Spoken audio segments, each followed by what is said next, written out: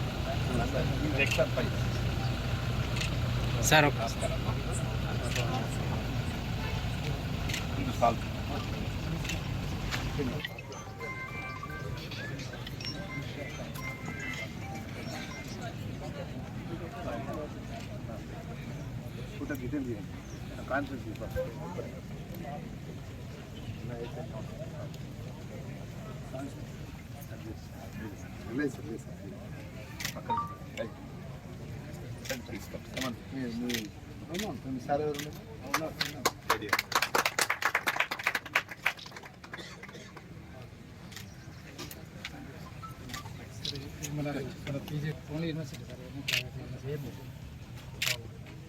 Sir పులా రకం సన్న రకంలో దొడ్డు రకం 1638 ఇప్పుడు బాగా పాపులర్ సార్ సన్న రకం 1638 బీపీటీ 5204 ప్రత్యామ్నాయంగా ఇప్పుడు నిజామాబాద్ జిల్లాలో కూడా పెద్ద ఎత్తున సాగు చేస్తున్నారు. అదేవిధంగా కర్నూలు అది కూడా యూనివర్సిటీ 15048 తెలంగాణ 2015 ఉత్తర తెలంగాణ మండలంలో సార్ ఎక్కువ మనకి గుండెకోడి సమస్య ఎక్కువ ఉంది సార్, మొత్తం సమస్య. తర్వాత అదేవిధంగా యాసంగి అగితే ఎక్కువ వస్తుంది. సో ఆ ప్రాబ్లమ్స్ దృష్టిలో పెట్టుకొని ఊసదిరుడు బాగా వస్తున్నది బాబు. అంటే రైస్ తర్వాత రైస్ ప్రాబ్లమ్. నేను మొన్న ఆర్ఎన్ఆర్ పెట్టినా ఆ ఊసదిరుగుతో బాగా వస్తుంది కదా సార్. స్టెంబర్ యాసంగిలో ముఖ్యంగా బాగా ఎక్కువ వస్తుంది. వర్షాకాలం వచ్చింది అంటే వరి తర్వాత వరి ఒకప్పుడు కోయికలు కిందికి వచ్చేస్తాం. ఇప్పుడు మనం పైకి వస్తున్నమాట అందులోనే డెవలప్ అవుతుంది. ఇప్పుడు గోనారం నుంచి వచ్చిన రకాల్లో పైకి పోయొద్దు మిషన్స్ తోటి ఆపరేట్ చేస్తారు కదా. ఎందుకంటే మనకు లేబర్ అయినప్పుడు కిందికి వచ్చేవాళ్ళు. దాంతో మనకు గోనారం నుంచి 118 రకం దొడ్డు గింజ రకం సిరుగుప్పు, గంగావతి, యాదగిరి 1,00,000 ఎకరాలు మనమే ఉంటుంది. అవును, లాస్ట్ టైం 3 ఏళ్ళ కింద బాగా పాపులర్ అయింది సార్. వడగళ్ళకి తట్టుకుంటుంది, పడిపోదు. మన జిల్లాలో ఎక్కువ ఎండు తెగులు వస్తుంది కదా సార్, పైనుంచి రిలీజ్ కమిటీ ద్వారా విడుదల చేయడం జరిగింది సార్. ఇది స్వల్పకాలిక హైబ్రిడ్. మన వర్షాకాలం ఖరీఫ్లో 32 to 36 క్వింటాల్స్ ఎకరానికి సార్. ఇదేమో వర్షాకాలంలో ఎప్పుడైతే వర్షాలు డిలేగా వస్తాయో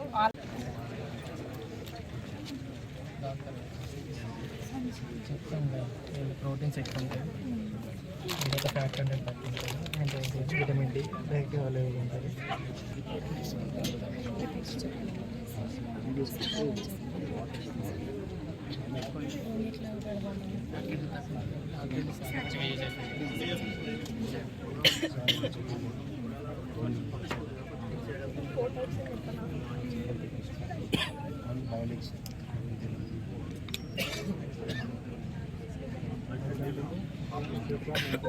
వెడల్పాపు బోధ మీద విత్తనం వేసుకోవాలి.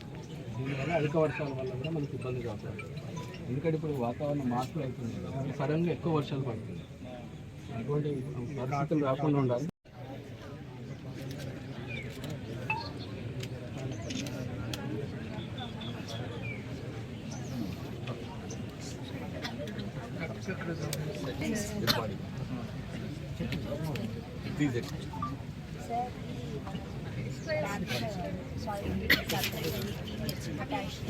ఫాస్ఫరస్ 8% ఉంది అని తెలుసుకోవడానికి మనం ఉపయోగిస్తాం సార్. ఈ కిట్ ద్వారా మనం ఈ వచ్చిన కలర్ని మనం ఈ చార్ట్లో చూసుకొని అసలు మన పొలంలో నత్రజని ఎంత, యూరియా ఎంత, ఎంపీ ఎంత, డిఏపి వేయాలో మనం రైతులకి అందిస్తాం సార్. అట్లా మేము తక్కనపల్లి, గుల్లపేట 2 విలేజెస్ కవర్ చేసాం సార్. అక్కడ మొత్తం సాయిల్ టెస్ట్ చేశారు, మొత్తం గ్రామాల నుండి చేసాం సార్.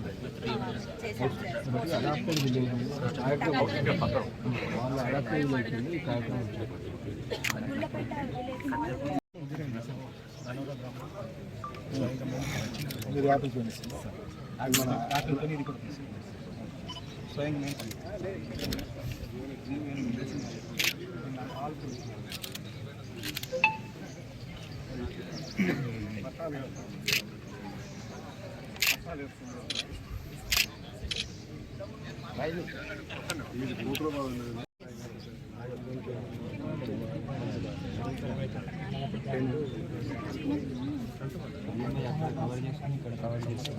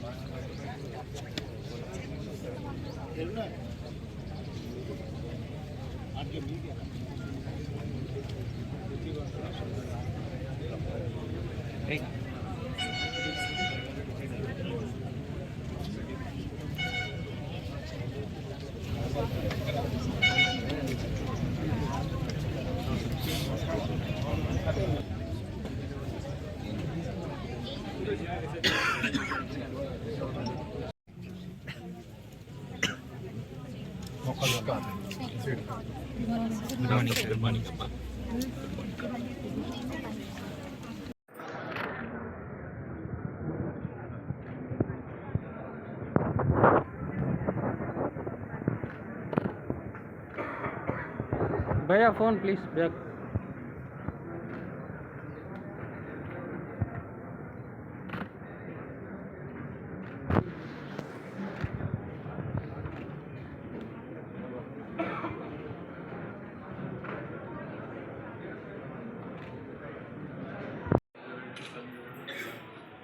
ఇది ఇప్పుడు మనం అన్నిటికంటే ముఖ్యంగా సార్ మనకి అక్కడ షుగర్ కేన్ మరియు వరి పరిశోధన స్థానం స్థాపించబడింది సార్. సో ఆ తర్వాత మనం ఈ ప్రాంతం 1983 సంవత్సరం నుంచి పనిచేయడం జరుగుతుంది సార్. ఆ తర్వాత మళ్ళీ 13 సంవత్సరాలకు ఇక్కడనే అగ్రికల్చర్ పాలిటెక్నిక్ కూడా ఏర్పాటు చేసుకోవడం జరిగింది సార్. మరియు ఆదిలాబాద్ నుంచి దండి శంకర్ గారిని రావాల్సిందిగా కోరుచున్నాము. ఏపాలపాడ గ్రామం నుంచి దండి శంకర్ గారు ఆదిలాబాద్ జిల్లా నుంచి.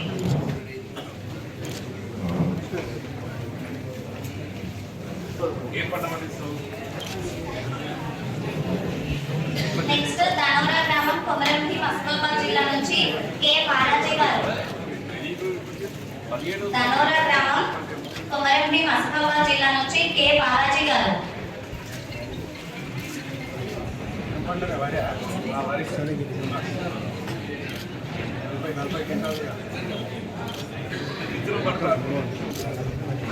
నెక్స్ట్ ముదోల్ గ్రామం నిర్మల్ జిల్లా నుంచి వి సుదర్శన్ గారు.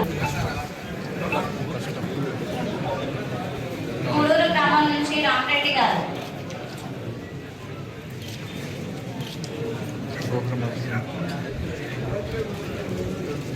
కొప్పర్తి గ్రామం నిజామాబాద్ నుంచి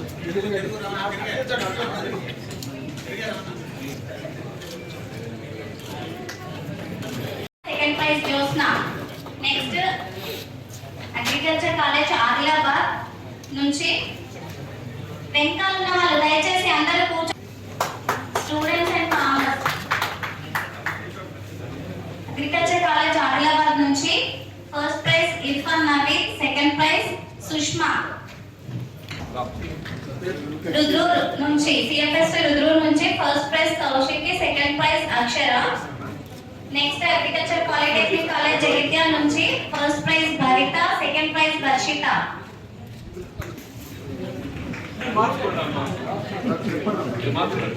స్టూడెంట్స్ ఫాస్ట్ చేసినందుకు certificate first prize Ruthvik, second prize Akash.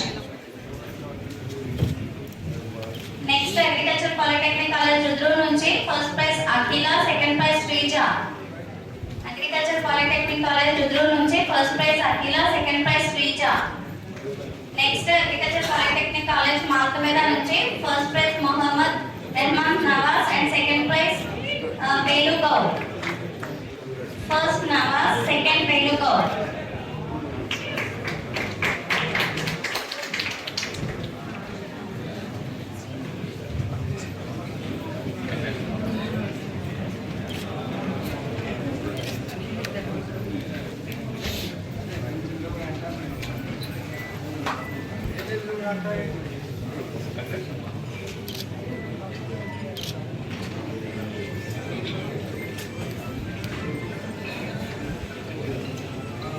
Next మనకి రైతు సోదరులు మనకి మన శాస్త్ర సాంకేతికతను తోటి రైతులకు పేర్కొన్నట్టు సరే నేను ఇప్పటికి వ్యవసాయం చేస్తున్నాను.